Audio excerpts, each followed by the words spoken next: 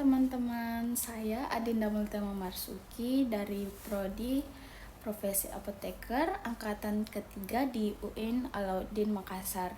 Baik, di sini saya akan memberikan contoh swedikasi pelayanan di apotek. Halo Kak, ada yang bisa saya bantu? Saya mau beli obat batuk berdahaknya, Kak. Sebelumnya Kakak ada gejala demam atau sesak napas? Tidak ada, Kak. Kalau misalnya kecocokan obat dari alergi atau penyakit lain? Kebetulan kalau alergi nggak ada sih, Kak. Cuman akhir-akhir ini darah saya lagi tinggi, Kak. Oh, kalau begitu aku saranin obat Effexol ini yang mengandung ambroxol sama hidrochloride.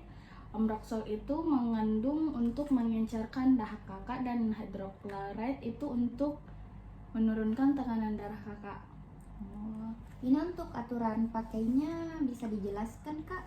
Ini aturan pakainya 2 kali 3 sehari, diminum setelah makan ya Kak ya.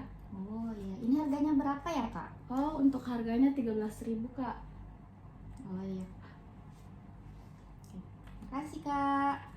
Kalau misalnya kakak beberapa hari ini setelah minum obat nggak ada perubahan, kakak boleh konsultasi langsung ke dokter atau ke klinik terdekat ya Kak. Oh iya, baik, Kak. Oke.